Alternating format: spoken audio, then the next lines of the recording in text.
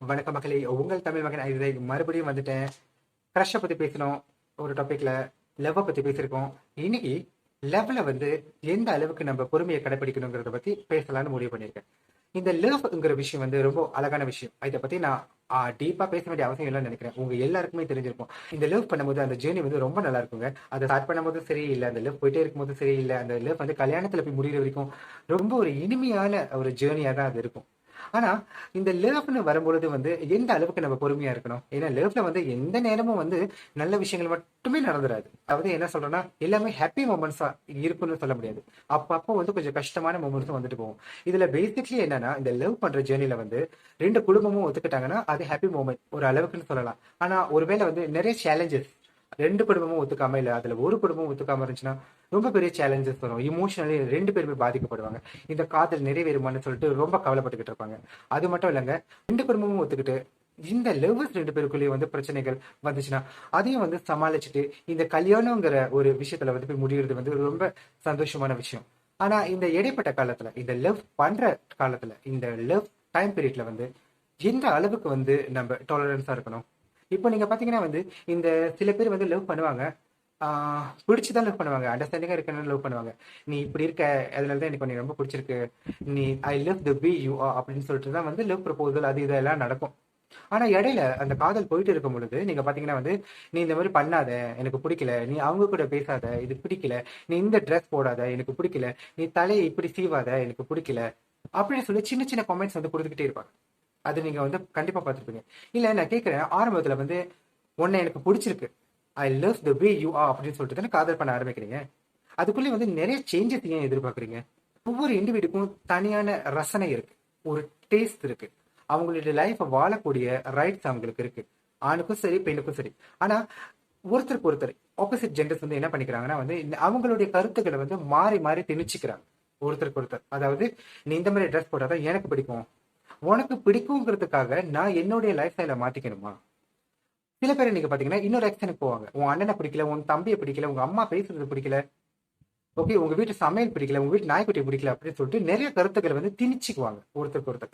அது வந்து ரொம்ப கசந்து போயிருங்க. கல்யாணம் வரைக்கும் போகுமாங்கிற கேள்விக்கே வந்துடும் இந்த காதல். இது வந்து எந்த அளவுக்கு நம்ம பொறுத்துக்கணும். இப்ப காதலர்களை வந்து நிறைய விஷயங்கள் வந்து விட்டு கொடுப்பாங்க. அது வந்து உண்மை, அதை நான் ஒத்துக்கணும், நீங்களும் ஒத்துக்குவீங்கன்னு நம்புறேன். நம்ம லவருக்காக நம்ம வந்து ட்ரெஸ்ஸிங் சென்ஸ் நம்ம மாத்திக்கலாம், நம்ம சாப்பிட்ற விஷயங்களை கூட நம்ம மாத்திக்கலாம், நம்ம இன்ட்ரெஸ்ட் நம்ம சேஞ்ச் பண்ணிக்குவோம். ஆனா நம்ம குடும்பத்தை நம்ம சேஞ்ச் பண்ண முடியுமா? நம்ம அப்பா அம்மாவை நம்ம சேஞ்ச் பண்ண முடியுமா? நம்ம எதுக்கு பொறுமையா இருக்கணும்? நீ என் சாப்பாடை பத்தி பேசின, நான் மாத்திக்கிட்டேன். நீ என்னோட ட்ரெஸ் அப்ப பத்தி பேசின, நான் மாத்திக்கிட்டேன். உனக்கு பிடிக்காத என் ஃப்ரெண்ட்ஸ் கூட வந்து நான் பேச்சை குறைச்சிக்கிட்டேன். ஆனா என்னோட அம்மா சரியில்லை, என்னோட அப்பா சரியில்லை, என் கூட பிறந்தவங்க சரியில்லைன்னு சொல்லும் பொழுது அப்பயும் நான் அமைதியா தான் இருக்கணுமா? 20 25 வருஷம் வந்து நான் அவங்க கூட தானே வளர்ந்தேன். உனக்காக அவங்கள நான் என்ன விட்டு கொடுத்துட்டு வந்துட முடியுமா? என்ன நீ எப்படி ஏத்துக்கிறியோ அதே மாதிரி தானே என் குடும்பத்தையும் ஏத்துக்கணும். என் குடும்பத்தை எப்படி உனக்காக நான் விட்டு கொடுக்க முடியும்? எப்படி சரி செய்ய முடியும்? இல்லம்மா, என்னோட பாய் ஃப்ரெண்டுக்கு வந்து உங்களை இப்படி பிடிக்கல, அதனால நான் வந்து வீட்டை விட்டு வெளியே போறேன் அப்படின்னு சொல்லிட்டு வந்துட முடியுமா? அதே மாதிரி தாங்க என் கேர்ள் ஃப்ரெண்டுக்கு, அப்பா உங்க பேச்சு பிடிக்கல, நான் வெளியே போறேன் வீட்டை விட்டு, நாங்க ரெண்டு பேரும் கல்யாணம் பண்ணிக்க போறோம் அப்படின்னு சொல்லிட முடியுமா? எந்த அளவுக்கு தான் வந்து பொறுமையை காக்க முடியும்? இதுல வந்து ஒவ்வொரு காதல வந்து சில காதல் வந்து இனிமையா இருக்கும், ஸ்வீட்டா இருக்கும், ஓவர் ரொமான்டிக்கா இருக்கும். சில பேரை தாங்க முடியாத அளவுக்கு வந்து ரொமான்ஸ், அந்த அந்த ஃபீலிங்ஸ், அந்த லவ் ஃபீலிங்ஸ், அதாவது மூச்சு முற்ற அளவுக்கு லவ் பண்ணுவாங்க. தூங்குனியா, சாப்பிட்டியா, ஏஞ்சியா, பல்ல விளக்குனியா. சம்டைம்ஸ் வந்து பிரைவசி வேணுங்க. ஒவ்வொருத்தருக்கும் ஈச் அண்ட் இண்டிவிஜுவல் ரெண்டு பேருக்குமே பிரைவசி வேணும். காலையில இருந்து நைட்டு வரைக்கும் வந்து நீங்க போன் பேசுறது தப்பு இல்லை. ஆனா ரெண்டு பேருக்குமே பிடிச்சுதான் இந்த மாதிரி போன்ல பேசுறீங்களா? இல்ல ரெண்டு பேருக்கு வேலை வெட்டி இல்லாம பேசுறீங்களா? உங்களுடைய பார்ட்னர் வந்து உண்மையிலேயே வந்து கம்ஃபர்டபுளா ஃபீல் பண்றாங்களா 12 1 மணி வரைக்கும்? மேபி வந்து அவங்க காலையில எழுந்திரிச்சு வந்து வேலைக்கு போக வேண்டிய சூழ்நிலை வரும். அது நீங்க உங்ககிட்ட எப்படி சொல்றதுன்னு தெரியாம பேசிக்கிட்டே இருப்பாங்க. அத எத்தனை பேர் புரிஞ்சுக்குவீங்க? அது ஒரு பக்கம் இருக்கட்டும். முக்கியமா வந்து இந்த குடும்பத்தை வந்து தப்பா பேசுறது, நிறைய பேர் பொறுமையா இருக்க மாட்டாங்க. நீங்க லவ்வராவே இருந்தாலும், காதல் அழகானதா இருந்தாலும், குடும்பத்தை பத்தி தப்பா பேசுறவங்க யாருமே வந்து பொறுமையா இருக்க மாட்டாங்க. அந்த அளவுக்கு அவங்களுக்கு பிடிக்காது. உங்களை பிடிச்சிருக்குன்னா உங்க குடும்பத்தையும் அவங்க நேசிக்கணும். அதுதான் ரொம்ப இம்பார்ட்டன்ட். அப்பதான் வந்து அந்த வாழ்க்கை வந்து ரொம்ப ஸ்மூத்தா அமையும். அடுத்த லெவலில் பாத்தீங்கன்னா வந்து சந்தேகப்படுறது, அது வந்து சொல்ல வேண்டாம். அது கணவன் மனைவியா இருந்தாலும் சரி, யாரா இருந்தாலும் சரி, இந்த சந்தேகம் எங்க இருந்தா வருதுன்னு தெரியாது. சந்தேகம் வந்து தொலைஞ்சிரும். அவங்ககிட்ட பேசாத, இந்த ஃப்ரெண்ட் கிட்ட பேசாத அப்படின்னு. ப்ளீஸ், கண்ட்ரோல் பண்றது வந்து எதுக்கு? அவங்க தப்பா ஒரு பாதையில போறாங்கன்னா நம்ம கண்ட்ரோல் பண்ணி இழுத்துட்டு வரலாம். அவங்களுடைய யூஸ்வல் லைஃபை வந்து நீங்க அடாப்ட் பண்ணிக்க முடியாம உங்களுடைய லைஃப் ஸ்டைலை ஃபாலோ பண்ணும். உங்க ஆசை எப்படி இருக்கோ அது ஏன் போயிட்டு உங்களுடைய பார்ட்னர் மேல திணிக்கிறீங்க? பொறுமையா இருக்கணும்னு வேற நீங்க எதிர்பார்ப்பீங்க. அதுவும் தப்பு தான். அடுத்தது நீங்க பாத்தீங்கன்னா வந்து வயலன்ஸ்.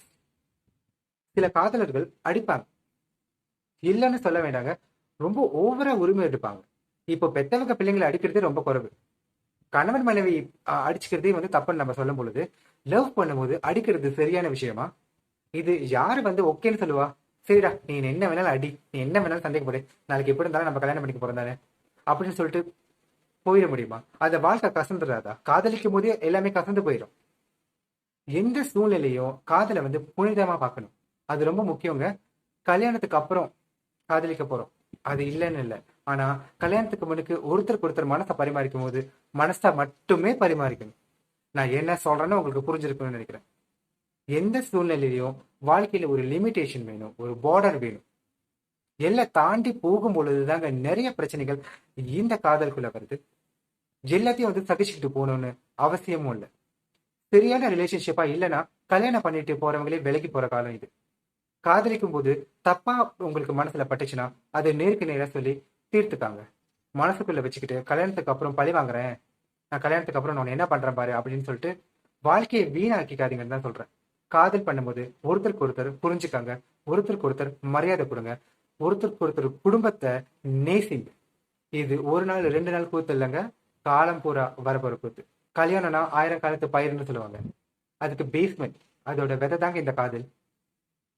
கண்டிப்பா நீங்க எல்லாரும் இதை புரிஞ்சுக்குவீங்கன்னு நான் நம்புறேன். அடுத்து ஒரு நல்ல டாபிக்ல, ஒரு சுவாரஸ்யமான டாபிக்ல உங்களை எல்லாரையும் சந்திக்கும் வரை உங்களிடமிருந்து வணக்கம் கூறி விடைபெறுவது தமிழ். நன்றி.